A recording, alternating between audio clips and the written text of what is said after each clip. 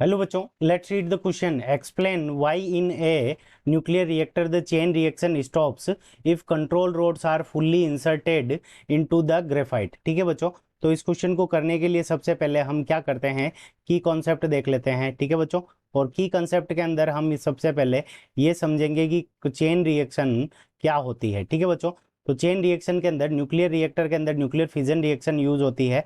और इसके अंदर क्या होता है कि हमारा एक हैवी न्यूक्लियस होता है यूरेनियम 235। ठीक है बच्चों, तो ये हमारा हैवी न्यूक्लियस है यूरेनियम 235। ठीक है बच्चों, और इसके ऊपर स्ट्राइक करता है क्या, एक न्यूट्रॉन स्ट्राइक करता है। ठीक है बच्चों, एक न्यूट्रॉन स्ट्राइक करता है जिसके कारण ये क्या होता है कि बेरियम और क्रिप्टॉन के अंदर टूट जाता है, दो स्मॉल न्यूक्लियर के अंदर टूट जाता है, बेरियम और क्रिप्टॉन के अंदर। ठीक है बच्चों, ये हो गया हमारा बेरियम और ये हो गया हमारा क्रिप्टॉन। ठीक है बच्चों, इसके अलावा इसके अंदर तीन न्यूट्रॉन बाहर और निकलते हैं। ठीक है बच्चों, ये तीन न्यूट्रॉन बाहर निकल गए।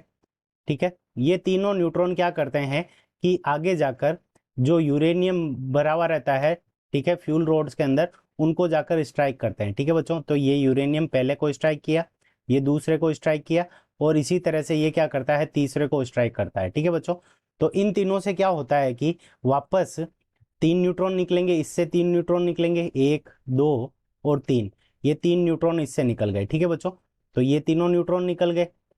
अब यहां से भी तीन न्यूट्रॉन निकलेंगे।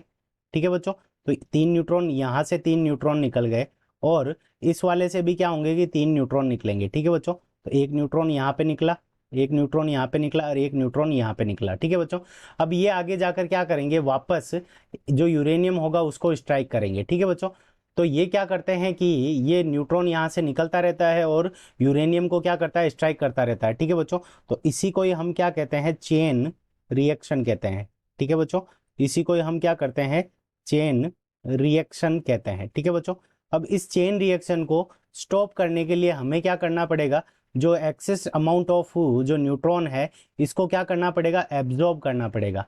ठीक है बच्चों, ये निकले और इसको कोई ना कोई एब्जॉर्ब कर ले। ठीक है बच्चों, तो एब्जॉर्ब करने के लिए हम क्या करते हैं, in excess amount of neutron को एब्जॉर्ब करने के लिए हम क्या करते हैं, कंट्रोल रोड्स का यूज करते हैं। ठीक है बच्चों, कंट्रोल रोड्स का यूज करते हैं। अब कंट्रोल रोड्स क्या करती है, ये बोरॉन की बनी हुई रहती है। ठीक है बच्चों, बोरॉन की बनी हुई रहती है, ये बोरॉन की बनी हुई रहती है, और ये क्या करती है, एक्सेस जो न्यूट्रॉन होता है उसको एब्जॉर्ब कर लेती है। अब जब हम क्या करते हैं कि if the control rods are fully inserted, तो जब कंट्रोल रोड्स को फुल्ली इंसर्ट करते हैं, ठीक है बच्चों, फुल्ली इंसर्ट, ठीक है बच्चों, तो इंसर्ट फुल्ली इंसर्ट जब कंट्रोल रोड्स को फुल्ली इंसर्ट करते हैं, तो ये क्या कर देती है, दे एब्जॉर्ब। ठीक है बच्चों, थोड़ा इंसर्ट करेंगे तो वो थोड़े न्यूट्रॉन को एब्जॉर्ब करेगी, और जब पूरा इंसर्ट कर देंगे तो एब्जॉर्ब